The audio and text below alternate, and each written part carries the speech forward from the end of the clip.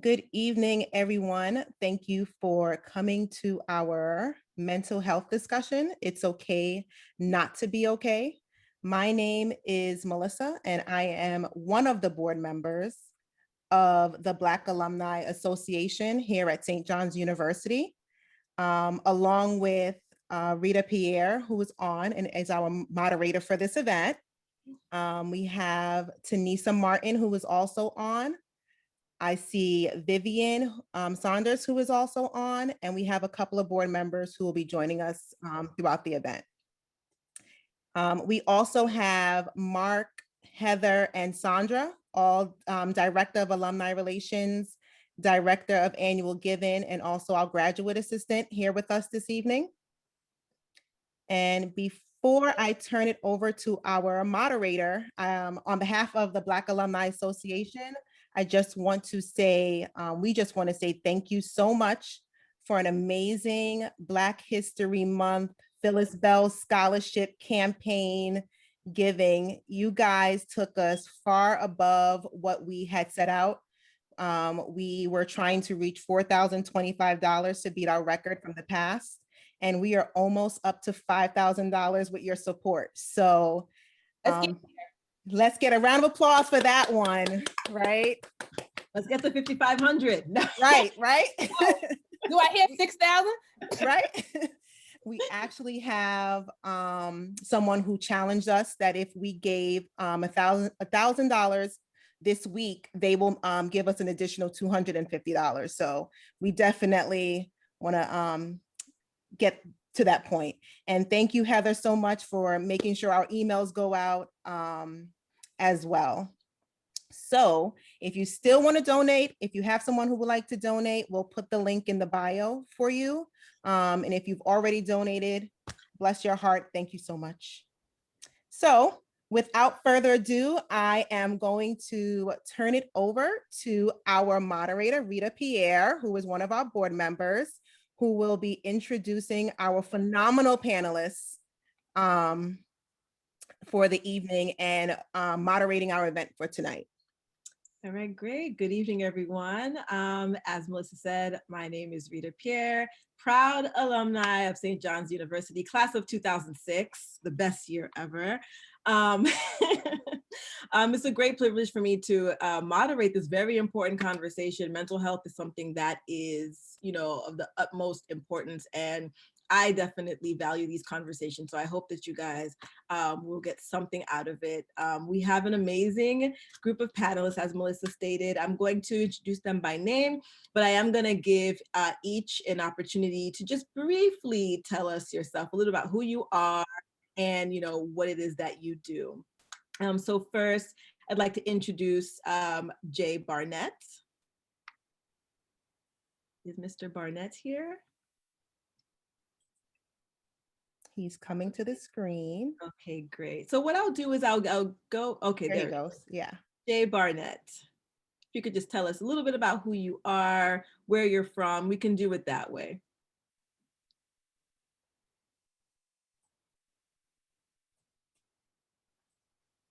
There you go, Jay. You're on mute. Sorry. Are we muting him? He just has to press. Okay.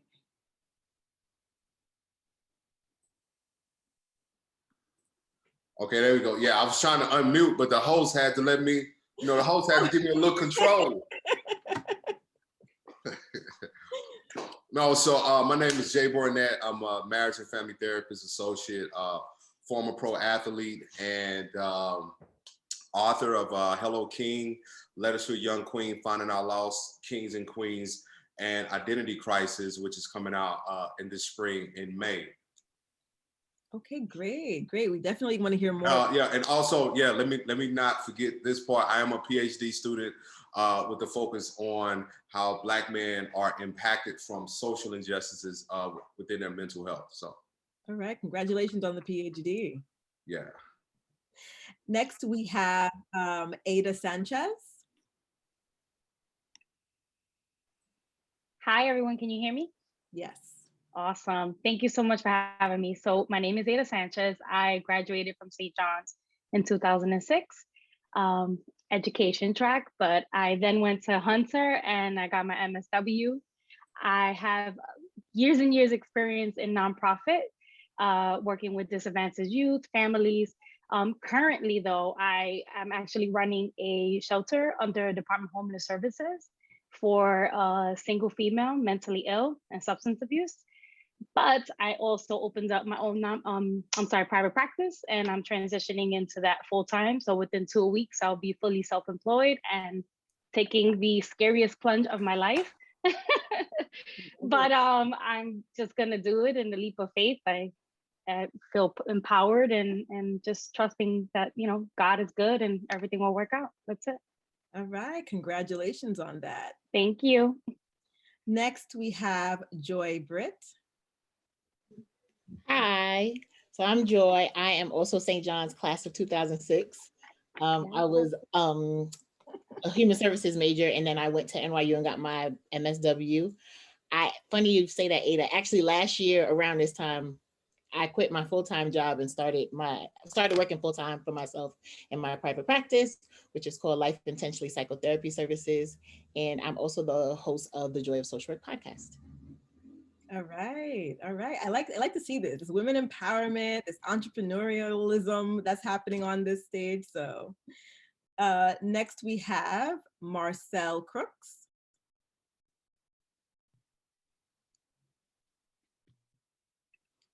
Hi everyone, I'm Marcel. I did not go to St. John's. I am a licensed psychotherapist. I have over 10 years experience working with not-for-profits. I'm the director of the largest housing program for individuals with severe mental illness in New York City. I'm also the founder of Represent the Alternative, which is a multi-sector initiative that provides opportunities and solutions to rebrand an infrastructure of health, wealth, education, wellness, and housing in minority communities. Yeah, that's it for me. Okay. And last but not least, Dr. Sasheen Hazel. I hope I said that right. Yeah, you did. So I also didn't go to St. John's, but I spent a lot of hours at St. John's. Okay. And I am class of 06. Okay. 06 is heavy in here. So I am a licensed clinical psychologist. I like to say forensically trained because my specialty is in forensics, which just means any intersection of mental health and the law. So I do a lot of assessment, evaluation, psychological testing, neuropsychological testing, any of those terms, for the courts, for people seeking certain services. I do a lot of that work in my private practice. And then I am the clinical director of an outpatient psychiatric clinic. What else do I do? And then I work on a forensic team doing consults for I'm in Massachusetts, so our state Department of Children and Families. So in New York, that's the equivalent of ACS. And I think that's it. I do little things here and there, a lot of consults, this past year, a lot of workshops on racial trauma to different organizations, panels, and things like this. So thank you for having me. Definitely, you're welcome. What an accomplished group of individuals. So before we get into the program, I do want to take this quick commercial break to announce that the Grand Alumni Homecoming Weekend is going to take place virtually this year. Unfortunately, we will not be on the Great Lawn. But it's going to be a week-long of fun-filled virtual events from Monday, June 7th to Sunday, June 13th, from virtual tours, happy hours, golf outings, and more. We know you will have a great time with our fellow Johnnies. Open to all St. John's alumni. More information coming soon. Be sure to check our monthly alumni e-newsletter and follow us on social media for updates regarding Grand Alumni Homecoming Week.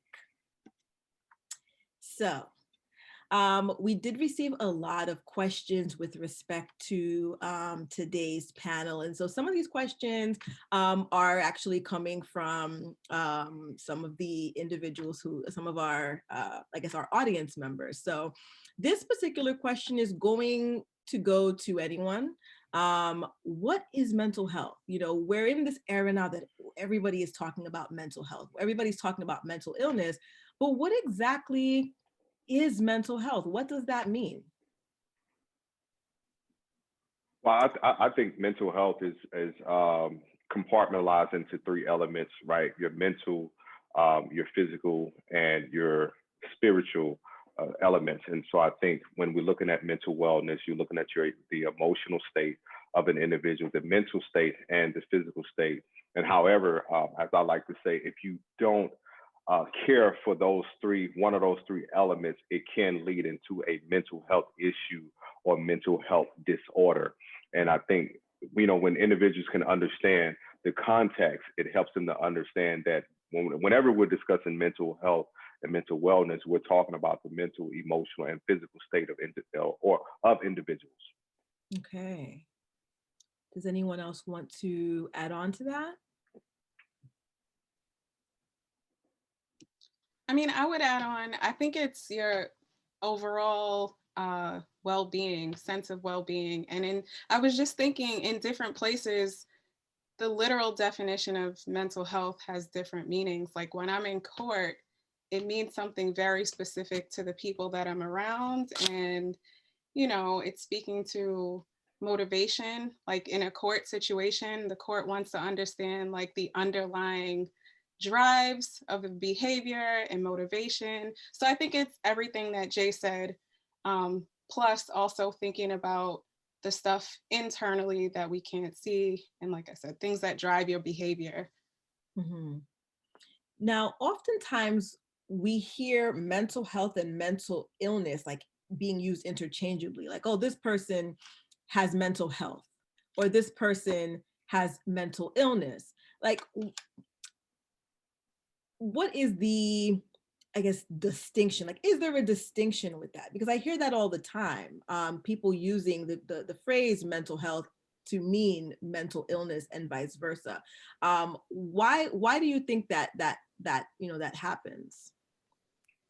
I think the main difference is that everybody has mental health because we all have a brain and we have health. So we all have that. Everybody does not have a mental illness. And I think sometimes just a lack of education could be the reason why people don't know the difference, or you know, just sometimes just kind of like the way people just kind of throw out things like, oh, you're so bipolar or you're schizophrenic, and not really knowing what that really means. I think sometimes that gets folks confused with the difference between the two. Okay. So I want to pose this question to you, Marcel. What does it mean to seek therapy?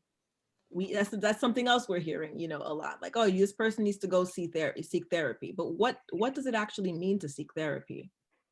I think it means to more so seek assistance with your mental health. Sometimes people use it and put a negative connotation on it, and it's not. Ideally, it's just, I tell people all the time, if you can go see your doctor for, you know, your physical ailments, you can go see a therapist for your mental illness. And it might not be necessarily you have a mental illness. It might just be, you know, maybe you might be overwhelmed and you don't know how to express yourself. It can range from a variety of different things, but usually that's the area. Okay. Dr. Sasheen, Dr. Hazel? Let me unmute myself. So I think, you know, it could be for a lot of reasons. Again, in my sector, I deal with a lot of mandatory treatment or people who are made to go or forced to go. And so, you know, in those scenarios, it sometimes means following a court order or just taking the necessary step to get whatever it is that they need to get to in the end. But, you know, as he said, in general, it means just seeking help, assistance. It's just another way of seeking support for yourself. It doesn't have to be because something is disordered or wrong, but sometimes people go to prevent a breakdown. Sometimes you think about people going to premarital counseling or something, you know, as a preventative measure, or because of a family history of something, and maybe they're concerned. So they're seeking more knowledge about themselves or seeking some kind of support. Okay. Yeah, I wanted actually, if I can add something to that. So when we think about like the term mental health or mental illness or why go to therapy, For example, I have a client that I've been seeing for a month now who, you know, she's not at risk. She doesn't have severe symptoms, but she's noticing that there are like patterns of behaviors that she's curious to explore, right? These patterns of behavior are affecting her relationship with her husband, not to the point where they need a divorce, but to the point of like, hey, maybe we need to talk about how our communication skills, you know, just aren't in a place. We seem to misunderstand each other, or, you know, love language, like things like that. But through that, so I find too, when I see a client, they'll come to us, you know, for a specific thing, but then there's all the other stuff starts coming up, right? So like her relationships are suffered, or she's noticing behaviors from herself and her partner, but now there's all these other things that are happening that are intergenerational, right? There's all these kinds of things that you're talking about, behaviors from her mom and patterns of that relationship and how it spills over in her current relationship. So that also is like a huge, mental health is a huge umbrella. But these things, while she may not be suffering from a severe mental illness, right?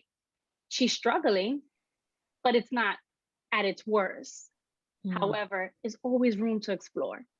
What does that look like? What does that feel like? How could I you know, make my life somewhat better, or my relationships healthier, for the lack of a better word? Yeah. Now I want to stay on you for a little bit, because you brought something up that you know, that I think is really important. You're talking about signs and symptoms. Now, what are some signs that somebody could be experiencing mental illness? Is there, you know, like a class of like general signs and symptoms that, wow, if I experience this, this is mental illness? Or is it more so subjective? So again, mental illness, mental health, right? So if you think of someone like suffering with severe mental illness, someone who is like diagnosed with, let's say, schizophrenia or bipolar, things like that, that's going to look very different than someone who is like suffering with maybe just depression or anxiety. And I don't want to say just, because it almost seems as if it's not important, but it is important as someone who's suffering with bipolar. But for anyone that's suffering with any type of symptoms or behaviors that affect their daily living, right? Affect their work, affect their school, affect their ability to take care of themselves, their family, their daily function, whether it's severe mental illness or symptoms related to mental health, such as depression or anxiety, right? They should definitely seek services. Okay. Now I want to shift this around to some of the other panelists. You know, just kind of piggybacking or adding on to what you said, Aida.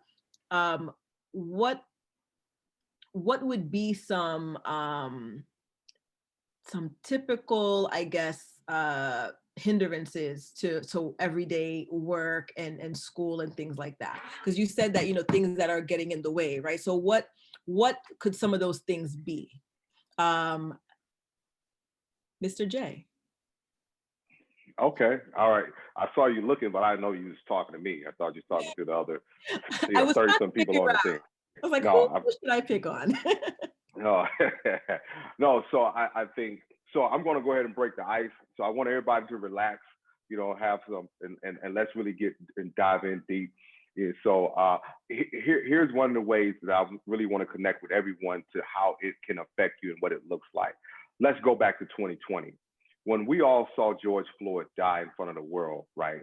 That affected a lot of us on how we live and just how we show up. I'm gonna be honest, as a Black man going into the practice, going into work that week, I work for a Black-owned practice, and my director here and I are the only two Black male therapists in our region here in the Dallas area. And it was hard for us to even really communicate with one another, and not because, you know, we were mad in a sense at each other, but we had been affected from what we saw. And this is what we call in this mental health arena, right? Secondary trauma. It wasn't trauma that was a direct hit on us, but it was indirect, because we all had to witness this Black man having his knee on his neck and seeing him cry out for his mother. But then it, as Aida says, right, you get into therapy, or in that moment that we saw that happening, it brings up this array of other emotions that we've had to suppress, right? And so you've had to suppress watching, the Trayvon Martin case. So you had to suppress, thinking about Emmett Till. You had to suppress all of these other things that Blacks have endured, at the hands of our counterparts, right? Of white people. And there were people that I know that are nice white people that I felt something. And I felt something because I'm like, damn, how do you expect us to really function? And so, and to bring it back to how it affected us and how it shows up in our lives is that I can feel hatred boiling down on the inside of me to people who hadn't done anything to me. Because it wasn't necessarily that I saw them as the enemy, but it was the emotions of all the other things that we've had to endure generationally, the things that my grandparents had to endure. I grew up in the South. My grandparents were sharecroppers. And so it affected me just how I function daily. And I'm a therapist that sees a therapist, and I'm telling my therapist, who just happened to be white, right? And so, and I'm saying to him, and he's like, Jay, I don't, and I'm like, shut up, dude. You don't know. You don't know. And thank you for your sentiments. But it's a real emotion. But my therapist, he's an older white gentleman, and he allows me that space. But what Aida is saying is that it affects us so much that it really can be debilitating. And I can remember speaking and saying that I am Black exhausted, because I felt like, here we are marching again, here we are protesting again, and here we are doing all these other things. And the emotionally deflating thing about it is it really going to change something? And that's how it shows up. And so I just kind of wanted to lay that out so I can make it real to what Aida's saying and to your question. No, thank you. And I think you did a really great job about that, because I think that a lot of us, Black people especially, were in that same mind state, right? Of just like, well, what do we do? What do we do now, right? We're showing up to work. The jobs are trying to have these conversations, and we just don't really want to be a part of it because we're Black exhausted, right? So I think that was definitely a great way to put it in perspective. I think sometimes people think with mental illness or mental health, it has to be this big catalyst thing, right? As opposed to, not to say that what was going on over the summer wasn't big, but they're thinking it has to be something like, I don't know, extreme to them as an individual. But I think seeing someone else's pain, seeing someone else's hurt, especially a fellow Black person, can be just as detrimental to our psyche, right, than it being your own mother. So thank you for that. Thank you for that. Now, I want to ask a couple of questions that had come from, I think it was from some of our members here.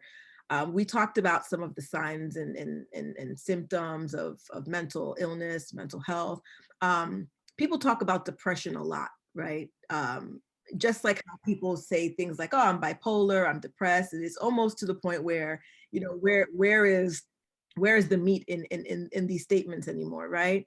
But what are some real signs of depression that you can explain for us to understand?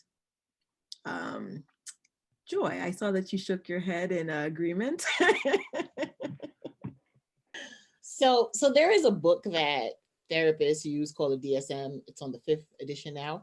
And so some signs of depression that are listed as that, well, and then there's like different levels of that, but like, I guess if we're just talking about major depression, sometimes it's loss of appetite or changing your appetite, sleeping too much, losing desire to do things that you used to like.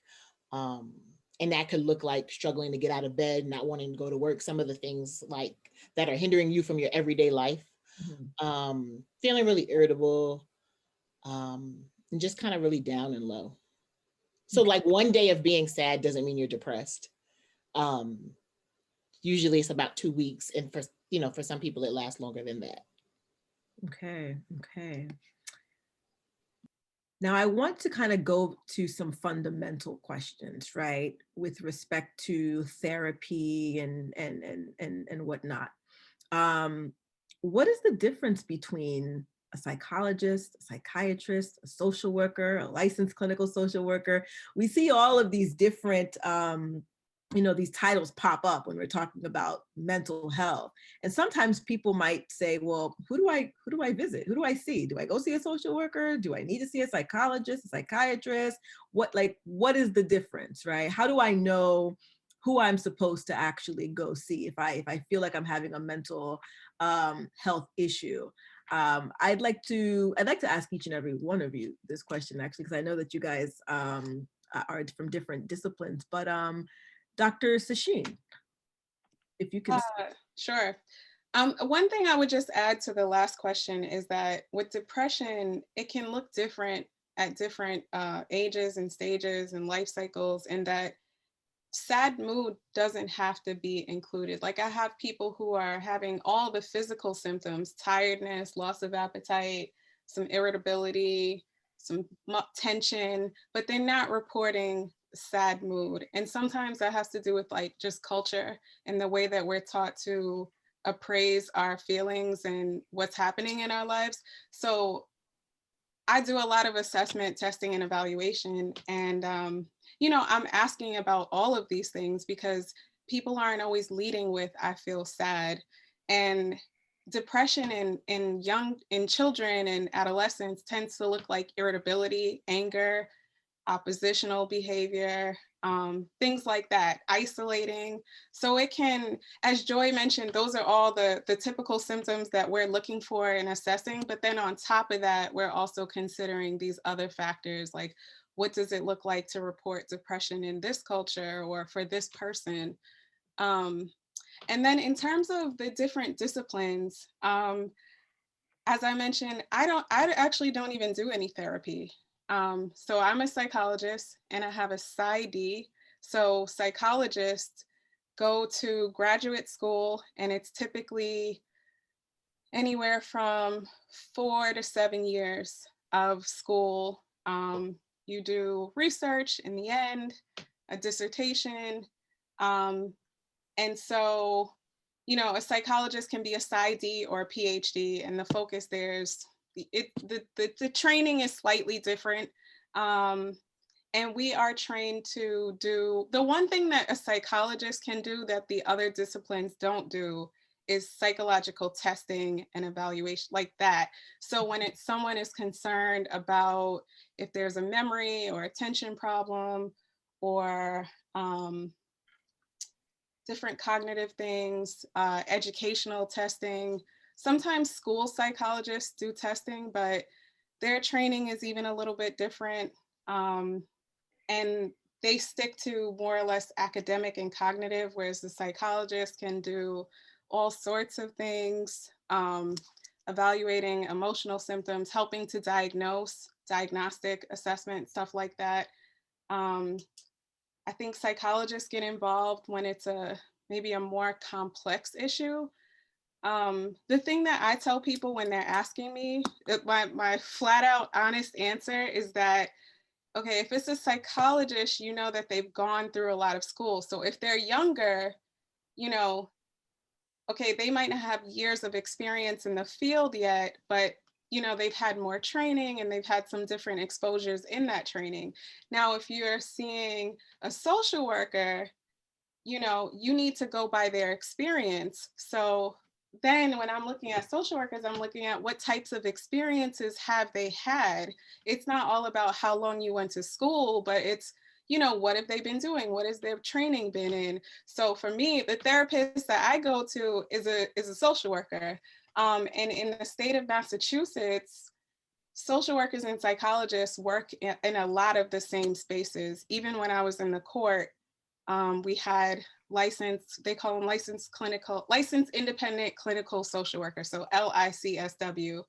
And they would do some of the same forensic evaluations, except if a person needed what we would call standard psychological testing, meaning they're filling out paper pencil questionnaires or they're doing time tasks and the scores are being normed and compared to other people in their age, all that stuff. Then the psychologist would supplement and do that piece. But they did a lot of the same work that we do. And then there are all sorts of other degrees that do therapy as well, like the licensed marriage and family therapists. We have something called a LADAC up here, where they're trained in substance abuse counseling. So it depends what you're looking for. Sometimes you might want to see someone trained in, if you're looking for couples therapy, you might want to go to the person who's trained in marriage and family counseling. If you have a child who, you've taken them and they've had multiple assessments and you're not sure what's going on and there are all these complex and layered issues, then you might want to go see a psychologist. And then the psychiatrist is a person who goes to medical school. So they're an MD, and they, the difference with them is they prescribe medication. But even, I could go on, because nurse practitioners, clinical nurse specialists, like, you have all these other disciplines that prescribe, but they're medical. So I tell people that they're gonna prescribe you medications to treat those physical symptoms, like as Joy mentioned, the fatigue, the tiredness, the body aches, the lack of, they're gonna give you the medication that's gonna give you the boost to then do that emotional work that the talk therapy, to help you be able to access your thoughts again and have the motivation to even want to do that part of the work. Okay, it's a lot. It's a lot. Yeah, that was good. Can I add something actually? I was going to ask you, Ada, because okay. Psychotherapist. So everything she said, yes. But I want to say, just highlight for, as far as a social worker, when you go to school, you'll get your MSW, then you actually sit for your first license, which is an LMSW. And then for you to get an LCSW, you have to be under supervision, working in the field for at least up to 3 years under the supervision of an LCSW. And that is treatment, providing therapeutic interventions, learning about diagnosing, etc. Then when you have proof showing that you actually did these X amount of hundreds and hundreds of hours, you submit the paperwork to say, hey, I'm ready to take this test. You take the test, hopefully you pass, then you get your LCSW, right? Then you can start practicing. Now, yes, it's true. As far as you, as an LCSW, you can start practicing individual and provide individual services. And while you were in school, you may have been trained in, different treatment modalities, but there's so many like intense trainings after the LCSW, right? So for example, someone who has severe complex trauma, may want to see someone who actually has trained in EMDR, which is a specific high level training for people with trauma, right? Also, what's another one? Or like the couples therapy. So you may want to see someone, the LCSW can have, obviously they're licensed to work individually, but they may want to see someone that has training in Gottman theory, which is evidence-based treatment for couples, right? And there's levels to it. So those are the things that people want to actually look at. What is it my needs? And what are the trainings and skills of that actual person that I'm seeking treatment from? Now, tell me a little bit about psychotherapy. You are a psychotherapist as opposed to a psychologist, as opposed to a social worker, right?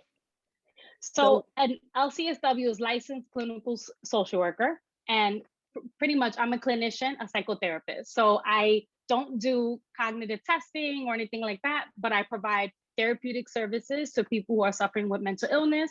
And of course, we already established mental illness is very broad, right? So it could be people suffering with severe mental illness, whether it's schizoaffective disorder, schizophrenia, or someone who's suffering from an adjustment disorder, or mild depression, dysthymia, or major depression. Okay, so I guess it's great to establish that an individual who's seeking therapy can get therapy, right, from a social worker. Absolutely. Okay. LCSW, yeah, is a clinician. Go ahead. I was just gonna say that term we're all psychotherapists. Like that term, there's so many interchangeable terms. Like we can all provide therapy. We're all psychotherapists.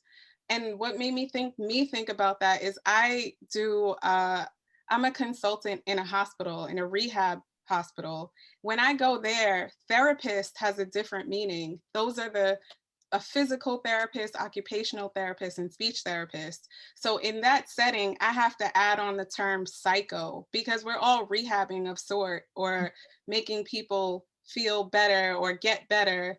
So we're all doing therapeutic work, but sometimes you have to throw in that distinction of psychotherapy, because there are multiple forms of therapy. Okay. So Marcel, I do have a question for you, because I see from your bio that you worked also in the alcohol and substance abuse area, or at least you have certification in that Yes. work. Okay. So I guess explain to us, like in that particular practice, like how do you go about counseling individuals who suffer from or who are dealing with substance abuse, right? As opposed to is substance abuse considered a mental health issue? Usually we address the substance abuse first. So 9 times out of 10, with the program that I'm in, we recommend rehab typically. And when they have disorders, but they're not on we don't use axes no more, but now we have the DSM-5. So they some of them have like what do you call those disorders? They'll have like a marijuana disorder added to whatever there is. So they have bipolar 1 or 2, schizophrenia, and then at the end of it say something like mild use of some type of substance that they have added to them. Typically, when when I see them, they come in once they do the intake, and it's more difficult dealing with the individuals under the substance abuse due to the fact of that, and a lot of them don't want the assistance in my programs. Most of them are mandated, so that makes it a little complicated as well. So they just come, you sit there. Sometimes they don't want to engage, but it varies. It varies. Okay. So just to clarify, because I've heard this as well, that, oh, this person is an alcoholic, they're dealing with that's a mental health issue, the alcoholism. Do you guys take that approach when it comes to substance abusers, that them abusing the substance then makes them them have a mental illness? Yeah. No. Okay. So ideally that would be separate. So like some of them, you might use it as a way to cope. They're labeled alcoholic after maybe like years of abusing alcoholism, and then they have health issues, or they done lost their house, like other things that have happened to them. So that's just an addition, but they don't get a diagnosis just because they abuse a drug. I see. Okay, that's good to know. Now, I wanted to go into this conversation of medication, right, to treat mental illnesses. This is something that was brought forth. Now, what happens if an individual clearly has some form of mental illness, but they do not want to take medication, and instead they want to go the natural holistic route? Are there natural, I guess, holistic ways to treat mental illness that wouldn't require that individual to have to take, pharmaceutical meds? Mr. J. Wow, you would put that question on me. Listen, I don't want to be held accountable for somebody to say, oh, he said, listen. Well, I see you're a life coach, so, So, here's the thing with me is, and as a family therapist and as someone who does, and I don't necessarily say life coaching, I say coaching, because what I'm able to do is to take the different dynamics of both spaces and intertwine them to fit the individual needs. I'm a former pro athlete, and so I don't like redundancy and I don't like repetitive. And sometimes practicing, you're kind of working from models, but I like to take different methods and insert them in. And sometimes if you're working, like I work with a lot of kids that have ADHD, and some of them kids are medicated on Concerta, Ritalin, and these other medications, Adderall and things of those nature. And there are times parents will come in and they're asking, is there another way holistically? I am not at liberty to say that there's another way holistically, and no therapist is. And so, regardless of what our own personal convictions and beliefs are outside of practice, but we're not at will and at liberty to do that. And especially if you've seen a psychiatrist who has placed your child or even yourself on the medication. And so I'm oftentimes encourage parents to observe the child's behavior, to look at these type of symptoms, because as the MFT, we are educated in the field of the pharmacology perspective of it. So to understand the symptoms, to understand what to look for, and to even educate parents on the medication that their kids are on. And so, right now, I think Lexapro is a very popular one that a lot of teenagers are getting on for anxiety. And so really, parents are looking for ways that, okay, how can I cut this bill in half, and how can I minimize my child anxiety? Oh, hey, Jay, I've heard that there's these new CBD products. And literally, I am the therapist like, hey, don't ask me that. Because I don't want a parent says, hey, he said to use these CBD gummies and it's going to help you, no. So listen, if you're a psychiatrist and if your therapist signed off on it, because most of us as clinicians are joining in with the psychiatrist or psychologist, whomever, who is writing the script. And so I that's one that I think is a very, slippery slope to respond to, because I know there's so many different things out there today that people are pushing naturally because they are trying to minimize these kids taking medications. And so, I always encourage individuals to, whatever your process is and whatever has been provided to you as that treatment plan, to go with that. And if you feel that your child is experiencing, like I had a parent that child was on Lexapro, and what I did was suggested that maybe we can lower the dosage.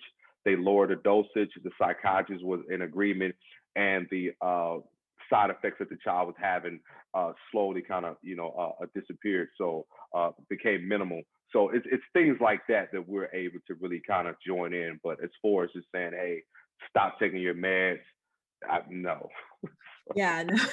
I totally listen. I don't want that smoke. You know what I mean? Like, listen, I'm a Black man in this field in Texas and in California, because I'm, working on dual licenses in Texas and California. So that's the last thing I want. Yeah, this Black man therapist said, smoke some CBD and my anxiety.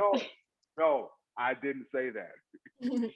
Well, yeah, no, I agree with you there. I think the thing is that, there's such a stigma with medication, I think, especially, in the Black community, and now that there seems to be this more like holistic approach to everything, I was just curious as to, within this field, like how are we dealing with these requests or these inquiries of, moving to the natural route? Aida, I know you have something to say. Yeah, I think Jay did a great job at like saying, hey,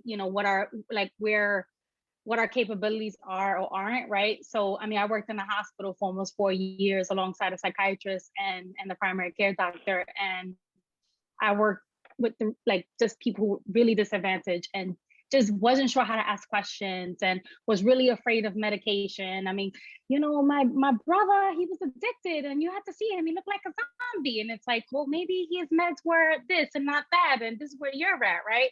So I think what we can do, our role is to really educate them about medication, about symptoms. And also when you're working with a client who's starting meds, you want to see them as often weekly as possible, because then that's how you're going to continue to assess if the medication is working, what has changed, right? Along with their coping skills, because not everything is medication, right? You can start medication, but you still have some certain symptoms, and then what? These symptoms, like, actually they're manageable. Like, this is what helps me. I don't really want to increase meds. So it's really about education and teaching them and really empowering them to ask questions. So I would encourage them. No, what are your 3 questions? Oh, doctor said what? Go on with your notepad and write your 3 questions down, and make sure you pull it out in front of them. It's okay. And, I would encourage them to do that. And if I saw like the second or third session, they weren't really getting their answers, then I would kind of like bump in a little and say, hey, doctor, what could we do for this client? What could we do for this patient, right? And then put it back on them so that they feel empowered to say what they want, what they don't. And that's what we need to do. That's our role as clinicians, right? We have to empower them to ask the hard questions and just to educate them. But, you know, we also have to remember that we cannot, you know, encourage force or anything as far as people taking medication. Right now with the shelter that I am overseeing, I have 68 severely mentally ill women. And I have women that are severely psychotic, but they're not a danger to self or others. We can't force them to take medication. And, you know, we have one that's hearing voices, the other one, everyone's recording me through the vents. You could call the cops and 911 and they come and go. She don't want to kill anyone. So now what we're doing, we're keeping her stable and assessing her safety. And that's really like where we're at, but we can't force her to take meds. And that's, we just can't. So. Interesting. Oh, was that it? Me? Yeah. Oh, okay. So I wanted to just add a couple more things. I would agree. I think that I, in particular, as the Black psychologist, in often predominantly white spaces, when I get families of color, they always come to me and then on the side, like, are you sure? Does she know what she's talking about? Like, there's this lack of trust. And my conversation is always, it depends on where you are. Like, medication doesn't have to be the first thing on the table, but it depends on the severity, frequency, and the level of disruption that you're experiencing. So I did a lot of work. I worked in the juvenile jail, right? And at this point, I'm having these adolescent boys who, a lot of them diagnosed with ADHD, and they get into the jail, and now the psychiatrist wants to put them on a stimulant medication, and the parents are concerned. And I say, well, let's look at what got him here. Stealing cars, all these impulsive behaviors, and now your child is locked up. And this is not jail. Like, I was at the point of them being committed. So now they're locked in for 5 months because of these violations of probation, like just sometimes just like silly, just like impulsive behavior. So I say, well, let's look at where we are right now. Like, are you at the point, this is not your child who missed a couple of homeworks or had one fight. Like, this is repeated behavior. And now we're at the point where you should have that conversation, like bring up all your suspicions with the psychiatrist, but have that conversation. Also, this is not a lifelong medication. The other things that are considered are what kind of, when it's a child and we're thinking about medication, and anybody who's a teacher here will know this, like, you're thinking about what is the family capable of? You know, if you put the child on this medication that you know is going to help, do they have a parent or a family environment where they can reinforce that? Can we trust them to give them medications appropriately, properly? Some kids have to get their meds at school. Same thing for adults, like some adults who, you know, get sectioned to be in the hospital and they are found to be a danger to themselves or others. And now there's a court proceeding where they have to be put on a medication. Sometimes they are given an injectable medication so that it stays in their system for 2 months until they, in the hopes of bringing down the behavior, getting them safe, containing that, so that maybe after 2 months, they'll be more willing to take the next dose. But I think there are so many factors to consider, but since none of us are prescribers, I think as everybody said before me, like, our role is to educate people on, I think, how to have that conversation with your prescriber, encourage them to bring up their concerns, and to really just consider where you are. Like, are you able to manage what's happening? Like, I will present, and I think we're all capable of presenting behavioral strategies. So if it's ADHD, because 90% of the testing that I do is around ADHD and mostly adults, you know, I'll say, you know, how are you organizing your space? Use your partner or tell your boss you have this thing with deadline, or like work with them so you can help them to put in strategies and reinforce, because the medication is not it. It's not the only answer. So our role is to kind of support that process.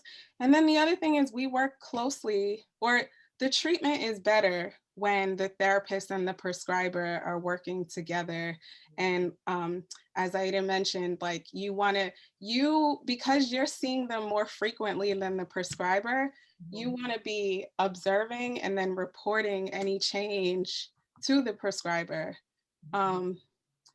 So yeah, there's a lot to it. But it's always, I try to get people to not just toss out the idea, but just to, if someone's recommending it, to ask the questions. Okay. Now we only have a few minutes left, so I'm going to try to get to at least 2 more questions. Jol, I want to ask this to you. We've heard the term, or the phrase coping strategies several times throughout this conversation, right? What are some healthy coping strategies and what are some unhealthy coping strategies when it comes to dealing with mental health issues, right? Whether it be anxiety or something a little more extreme. Right. So it would definitely vary depending on what somebody is kind of experiencing. But say if somebody, has like depression or anxiety, maybe some journaling is a healthy coping skill to get you a space to be able to express yourself and get the stuff out, so it's not just like living inside of you forever. Taking a walk, meditation, sleeping, eating well, anything that moves your body usually is really good for people and helps them feel a little bit better. It could be talking to a friend, talking to a family member. I think hugs are really helpful. But COVID, some people are not doing that right now. Yeah, just, things that I like to think of healthy coping skills as things that make you feel good, but that are not going to hurt you or anybody else because you're doing them. And then some unhealthy ones, I mean, and these even like vary, because I feel like some people are like, have a glass of wine. And that might not be a problem unless you are going to like operate a vehicle, or like alcohol makes you angry and now you're in a fight, so it's kind of like thinking of some of those things like drugs and alcohol in moderation, in a way that's not going to be damaging to you or to anybody else. Because I know I do have a lot of clients who say like, I have to smoke weed to go to bed because I'm so anxious and it's the only thing that calms me down. So, we talk about like how much they're using and what else they can use, to like supplement that so that it doesn't become the only thing that they're doing and the only way that they're coping with, what they're feeling. Okay. Now, we're in this age where everything is digital, right? And mental health apps have become like the big thing we hear about. I think it's, Talkspace is one. BetterHelp is another.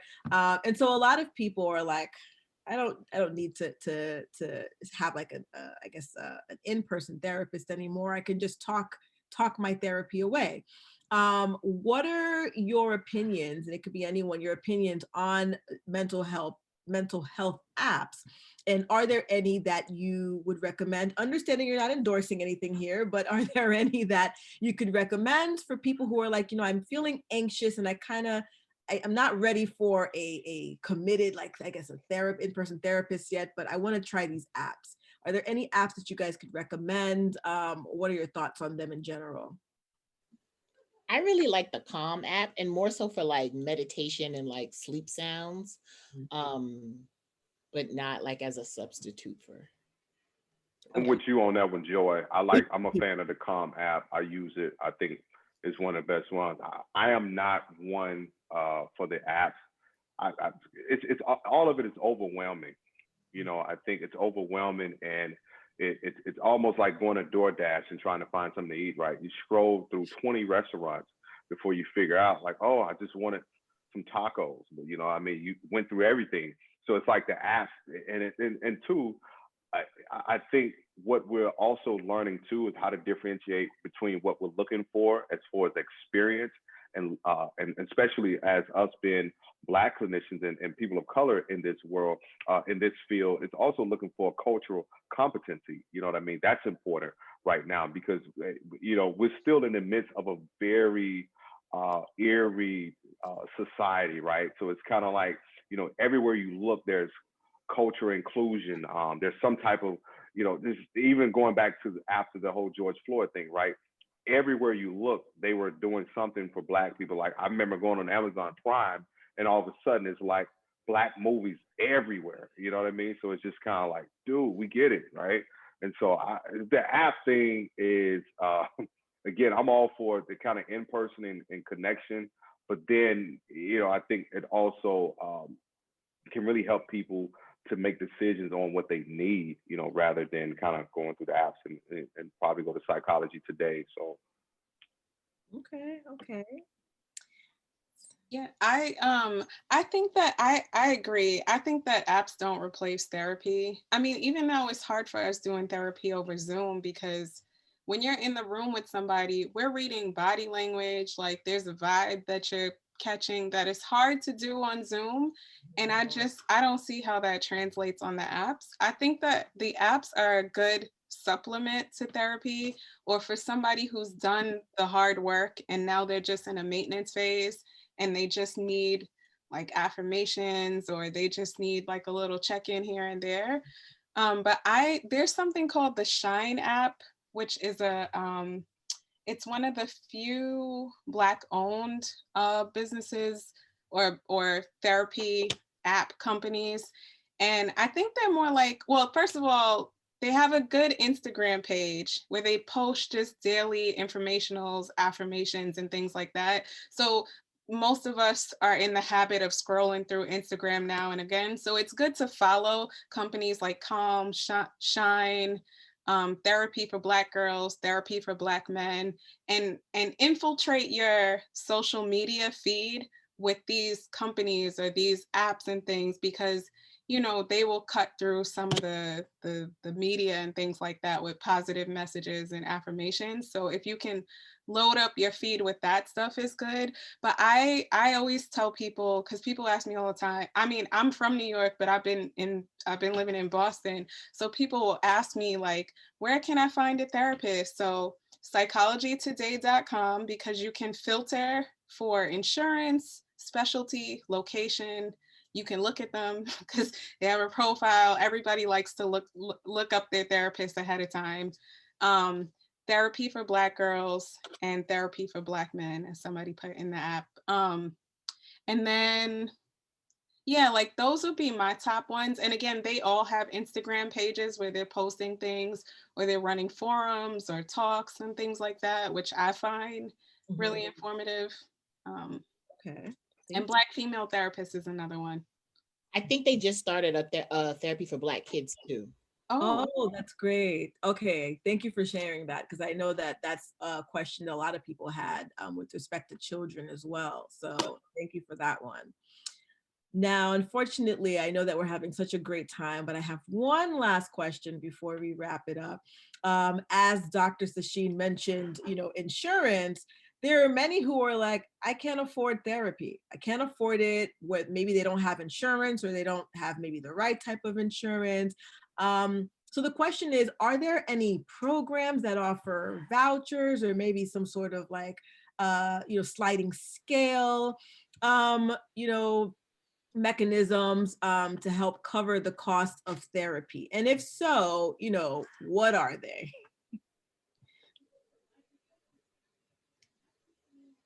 Oh, Aida, we can't hear you.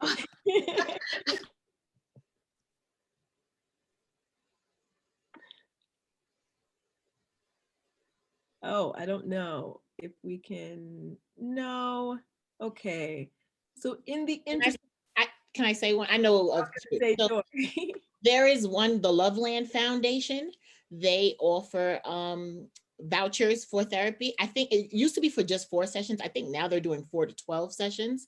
And so you fill it out, you give your therapist the voucher number, they submit it, and then they get paid straight from them. And then there's also a new initiative that's starting to spread. It's called Dark Beauty, DRK Beauty, and they're going to be offering therapy for women of color, or women who people who identify as women of color. Okay, cool.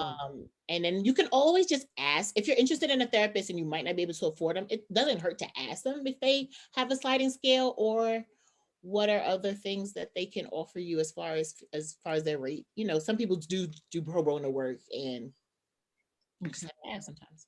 And Ada put in the chat, Open Path Collective. Okay, great. So Open Path Collective seems like another location. Somebody in the chat said community clinics usually have free or sliding scales. So there's definitely ways to cover therapy if that's the route that you're going for. Well, everyone, like I said, unfortunately, I would love to be here for another hour or two, but we can't. But this was such a great conversation. I know we just scratched the surface of this, talk, and I'm hoping that we can have many more of these conversations as talks about mental health is very important. And I think one of the big things I got, from this conversation is that, we all have, mental health, right? So you don't have to necessarily have an illness to really be concerned about upkeeping your mental health. And I hope that everyone is able to see some of the resources that are put in the chat with respect to apps and websites for those interested. With either improving their mental health or addressing a mental illness. So before I hand it over to either Melissa or Tanisa, I am going to once again make the announcement about our Grand Alumni Homecoming Weekend. So again, join us as we transition our traditional Grand Alumni Homecoming Weekend into a week-long fun-filled virtual events from Monday, June 7th to Sunday, June 13th. From virtual tours, happy hours, golf outings, and more, we know you will have a great time with your fellow Johnnies. Open to all St. John's alumni. More information coming soon. Be sure to check out our monthly alumni e-newsletter and follow us on social media for updates regarding Grand Alumni Homecoming Week. Again, it was a pleasure to have moderated this conversation, and have a good night, everyone. I'm going to pass this over to Tanisa. Awesome. Thank you so much. Can we just give a virtual round of applause for just everyone here tonight? This has been, I'm like, I forgot I was supposed to be letting people in. I'm all into it. This has been an amazing, even power-packed, 65-minute session. And we definitely could have kept going on and on, but I'm so excited that everyone was able to join us on tonight. Thank you again so much to our panelists. Thank you, Black Alumni Association board members and even members that are here. We still have people trying to come into the building, to the BAA club right now. But thank you. You could have been doing anything else, but you chose to be here with us and really just to tap into mental health. And thank you again to our panelists. I learned so much from each and every last one of you. I was trying to take notes. I was trying to let people in, but I had an amazing time. Look out. We have so many other events and things that are going on. Again, we are at the cusp of reaching $5,500. Is it? Are we there? Are we there yet? BAA? We're hoping to get to that 55. 6,000. No, just a shame. It's not even a shameless plug. We have a scholarship that we fund every single year. And we have been so successful this year. So the link will be on our Instagram. The link will be dropped into the chat. If you find it in your heart that you want to donate, if you have already, thank you so much. So we want to definitely end our Black History Month celebration on a bang. So if you find it in your heart that you want to donate, by all means, please do. Thank you, Heather. The number is in the chat right now. So we are almost there. I don't know, Melissa, do you have anything you want to add? Just again, thank you, as we are saying, to all panelists. If any of our panelists are able to drop your handle in the chat, just if any one of our guests would like to follow your business accounts, or if they have follow-up questions, If you can leave that for everyone, that would be much appreciated. We have Sandra from our alumni department, our graduate assistant alumni department, sending you all special tokens of our appreciation since we couldn't see you in person. So we hope that you enjoy our St. John's University swag. Sasheen and Marcel and Trey represent St. John's. So, and Ada and Joy, I know you guys are gonna rock it hard. So, and also with every donation, you also will receive a Black Alumni mask as well. You know, those are still needed. Sometimes you gotta wear two now. So, That one on top. yes, at the end of the campaign, Heather will help us make sure that all of our donors receive, and everyone who's attending receives a mask as well. So thank you, everyone. And everyone's, the panelists, they have dropped their handles in the chat if you want to grab that before we end the session. Thank you, everyone. Be safe. Happy Black History Month. Thank you.